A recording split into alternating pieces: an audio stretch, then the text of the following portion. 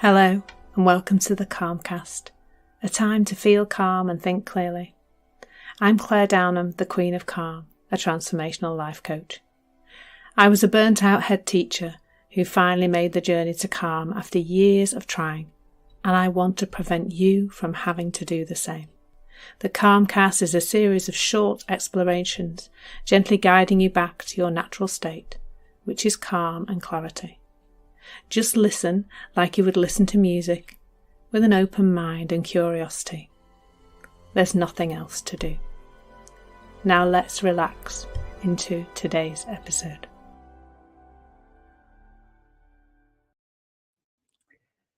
So today we're exploring, I'm not going to say how to awaken gratitude in relationships, but just we're exploring the existence of it, the existence of gratitude in relationships. So good morning to you, or good evening, or wherever you're listening to this. So I'm going to share a little bit about my own story with gratitude because it's an interesting one, I think. I picked up on, I guess, miracle morning style teachings that gratitude and a gratitude practice, in fact, would be one of the tools to help me be better, do and feel better. I guess that's generally what I say to people these days is, to be, do and feel our very best is what we're just naturally inclined to seek, aren't we, as human beings? And it really does depend on where we think that very best of us exists in terms of where we look for it.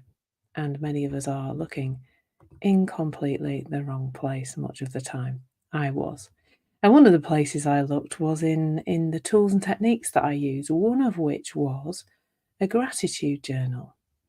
So I kept a gratitude journal for, I think I'm going to say about 5 years. I should probably check my data, shouldn't I? But I'm pretty sure it was about 5 years.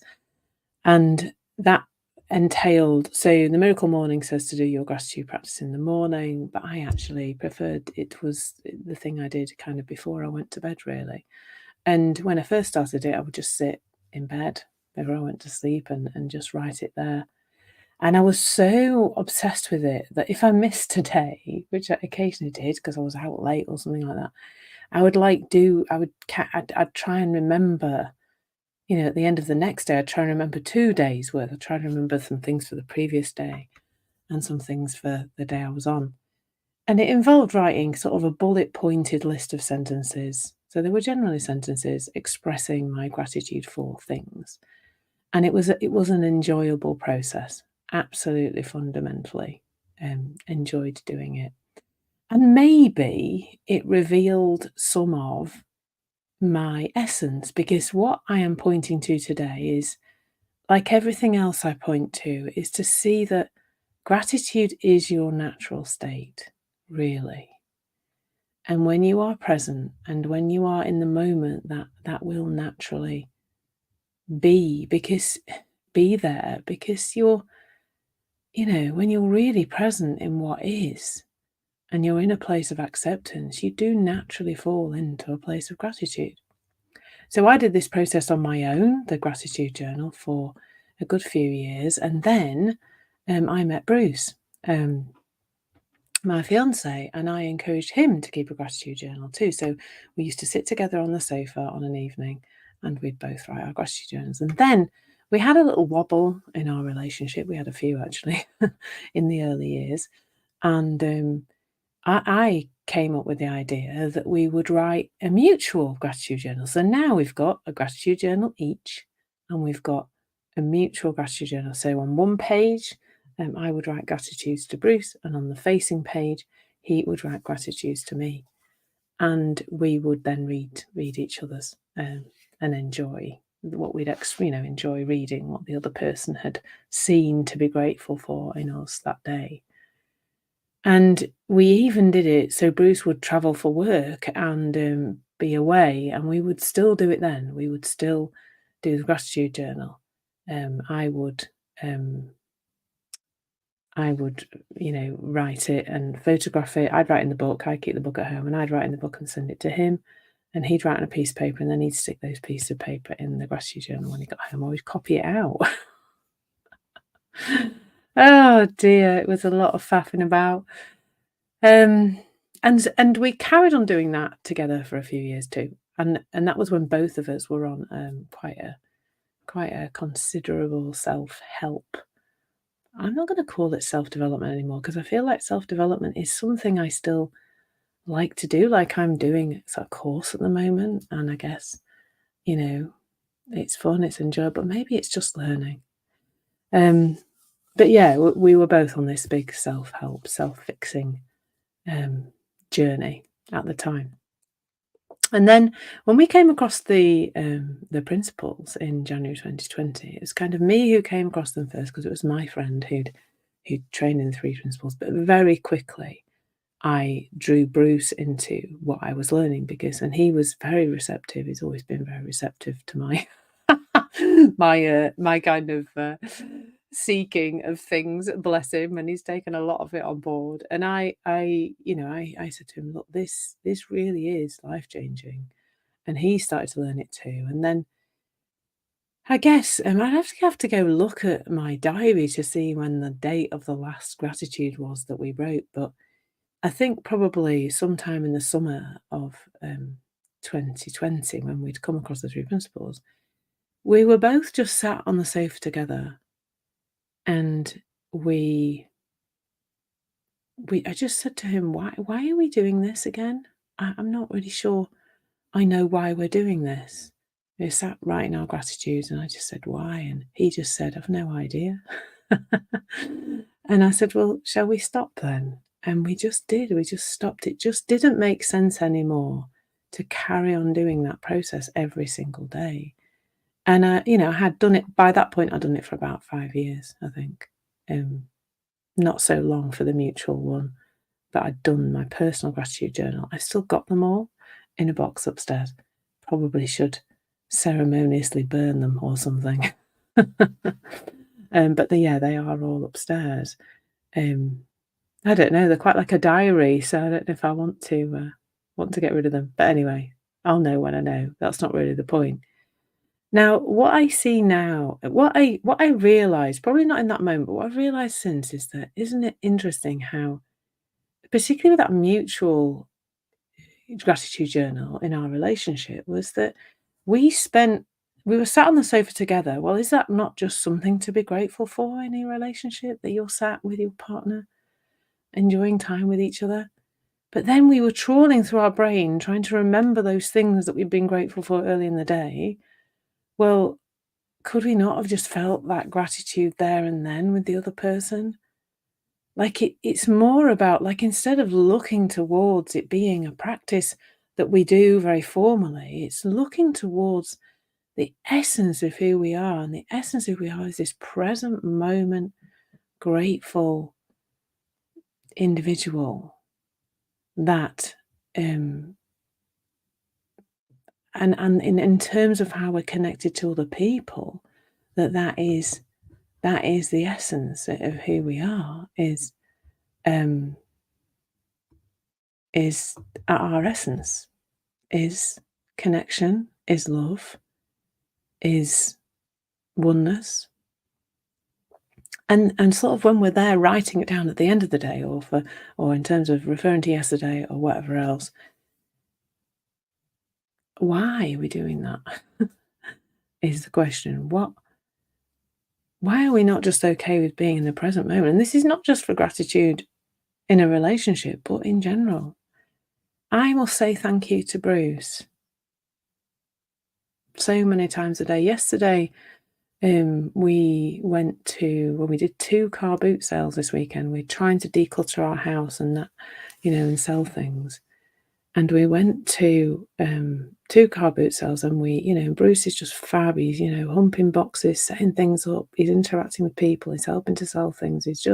And most of it's my stuff from my past, 22 years in the same house, and an ex-husband who, bless him, didn't really help me much. That and then just at the end of the day, I just made this little speech. I just said, thank you so much for everything. Just as we were driving home, I kept saying thank you to him during the day, but every little moment there's an opportunity to be in that place of gratitude. And I just think for me now, it just naturally flows out of me. I don't need to do anything about it. I don't need to try and find it, because it's not hidden under quite so much thinking, because that's the different thing, isn't it? That all the things that we're thinking about, all the time we spend in this psychological space, that's all that's in the way. And the calmer we become, I guarantee the calmer you become in your relationships, the calmer you become in general, the feelings of gratitude will just naturally be there.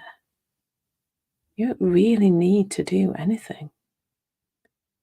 It will just emerge. And so this is again pointing to the subtractive rather than the additive, because we don't need any more noise in our already noisy systems. Some things are just naturally there when we're quieter in our minds, and that's always available to us.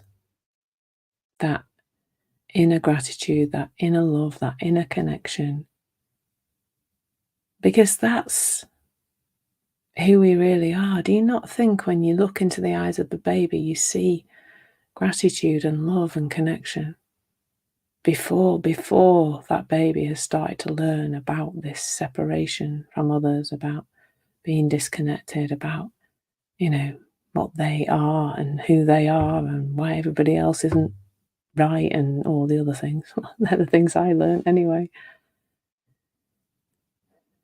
So that's it, really. That's all there is. There's space. There's a space that you can spend more time in. A space of gratitude, a space of peace, love and wisdom, a space of calm. Maybe your gratitude doesn't need awakening in your relationships. It just needs realizing. You just need to know it's there. And when you know it's there, you start to look for it. Not in a seeking kind of a way, because it's not out there, but just in a curious way. When we're with somebody, how can we look to just be in a bit more of a connected, peaceful place with that person right now, without needing to do anything? Just by looking at them through some different eyes with a bit more presence and a bit more love. So as usual, not complicated, living in our psychology or living in our essence. That's kind of the choice in terms of how we navigate life. And it's a moment by moment choice. It's a choice that I don't always quite see. I don't quite always get. It's okay. You're going to go in and out of it. Now you see it, now you don't, all the time. That's just part of life.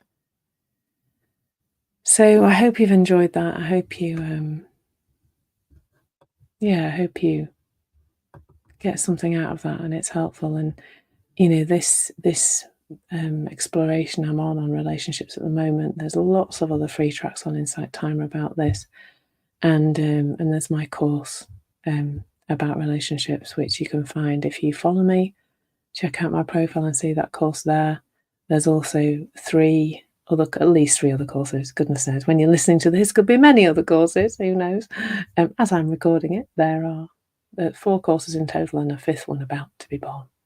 So yeah, do check those out and enjoy this exploration. It's so transformational, and seeing the essence of who you really are and that gratitude is at the heart of that is just so beautiful. So lots of love. Take care, and I will hopefully connect with you again soon. Thank you. Lots of love. Thank you so much for listening. There's nothing to do now but bring some awareness to how this is working out in your life. Listen regularly to experience longer and longer periods of calm. This has been the Calmcast with Claire Downham, Queen of Calm. Take care and keep listening.